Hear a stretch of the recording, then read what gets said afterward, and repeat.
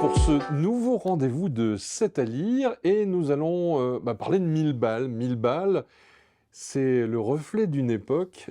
Alain, bonjour. Bonjour.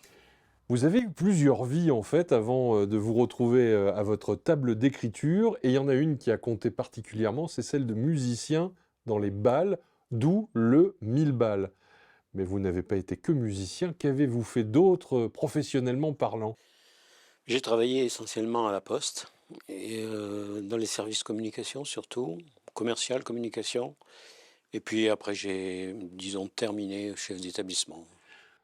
Professionnel de la communication, ça veut dire qu'à un moment, on raconte une histoire, l'histoire d'un établissement, l'histoire d'un service, et qu'il faut mettre des mots sur un service rendu à la population. C'est comme ça que vous avez eu envie d'écrire par la suite? Peut-être, peut-être, mais c'est surtout parce que je suis un conteur, mon père contait beaucoup d'histoires, ma grand-mère, et avait toujours quelque chose à raconter. Alors, batteur, Oui. un autre instrument ou que la batterie? Non, j'ai pas j'avais assez de travailler la batterie quand le temps le permettait.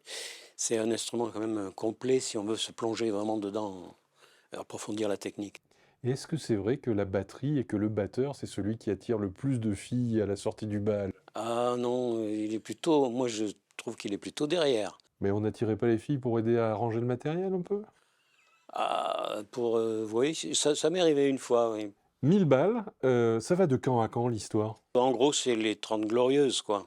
Mais j'ai anticipé un peu pour expliquer ce qui se faisait avant l'omniprésence de l'accordéon, où il y avait beaucoup d'orchestres qui jouaient du typique. Alors le typique, c'est quoi? C'est tout ce qui ah oui, excusez-moi d'employer des termes un peu de jargon de métier. C'est tout ce qui est, l'époque, cha-cha, rumba, mambo, voilà, Ah, le les mambo! années 50, quoi. Ouais. Mmh. Alors, les anecdotes que l'on retrouve dans 1000 balles racontent, une époque et racontent aussi, les grands orchestres que l'on a pu, connaître. Je pense à Roland Dubreuil, tout d'abord, puis il y en a eu d'autres et ces orchestres-là, ils étaient dans les salles, mais aussi dans ce que l'on appelait les parquets, des salles, itinérantes, montées et démontées, une sorte de chapiteau de cirque adapté au bal. Oui, ça nous a marqué ces chapiteaux.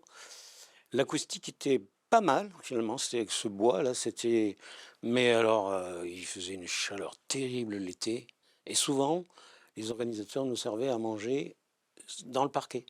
On dressait une table de fortune là et c'était un peu toujours les mêmes menus, souvent servis pas trop chaud et mon ami Bruno, le guitariste, en avait marre du poulet petit pois, il peut plus voir la volaille maintenant. Le bal populaire, donc, c'est quoi? C'est 3 musiciens, c'est, l'accordéon, la Heu, batterie, une guitare? ouais, saxo beaucoup, le saxophone en creuse était très plébiscité et puis, les claviers aussi, et puis après il y a eu tout de suite les 1ers synthétiseurs. Surtout à l'époque où le disco commençait à arriver, il fallait les dernières planches de synthé sorties, c'était avec des sons fabuleux, quoi. Alors, est-ce que le disco a tué le musette, dans les bals?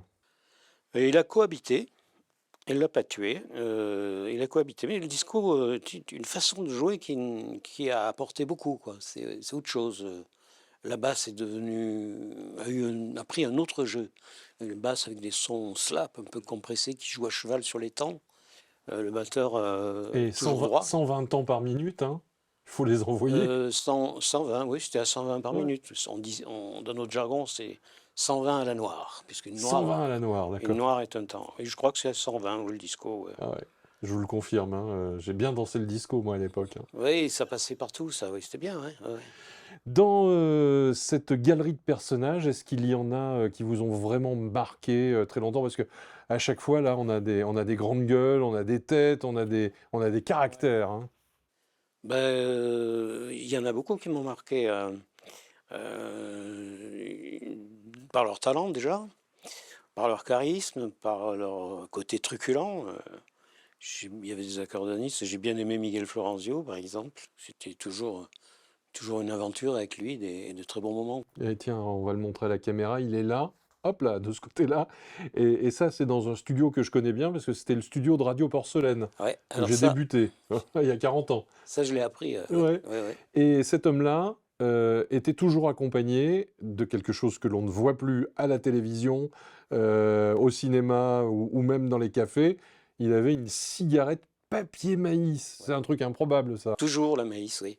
Il jouait et il fumait ses maïs et quand elle s'éteignait, il trouvait toujours un moment entre deux phrases pour attraper le briquet et faire repartir le pétard. Et ça veut dire que tout était permis à cette époque-là? Ah oui, oui, oui, ça rigolait beaucoup. On pouvait boire sur scène et tout, plaisanter sur scène, plein de choses qui se passaient sur scène. Comment s'arrête le bal populaire? Il faut reconnaître qu'il y a eu une arrivée de musique faite en studio, très bien faite, très bien enregistrée, qu'on ne pouvait plus reproduire. Les disques jockeys aussi arrivent? Oui, alors bien sûr, les discos mobiles, elles pouvaient, les DJ, ils pouvaient programmer ça, puisque c'est de la musique fabriquée. Mm. Et fabriquée en studio avec les voix qu'il faut, les effets qu'il faut. Et 5, 6 musiciens, si bons soient-ils, ne peuvent pas reproduire ça.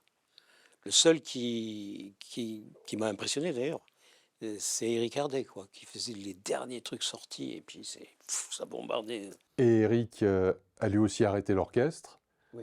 pour aller vers le disque jockey, que ce soit lui, que ce soit son fils, Junior, La boîte de nuit aussi. et la boîte de nuit qui a changé les habitudes. Merci d'être venu avec nous pour parler de 1000 balles, qui est sorti chez Geste Édition. 1000 balles en Limousin d'Alain Périnet. Si vous avez un peu comme moi la nostalgie des années 70, alors même si ça remonte un peu avant 1000 balles, vous allez retrouver des gens que vous avez forcément connus dans la région. Merci Alain, à bientôt. Merci, au revoir. Au revoir.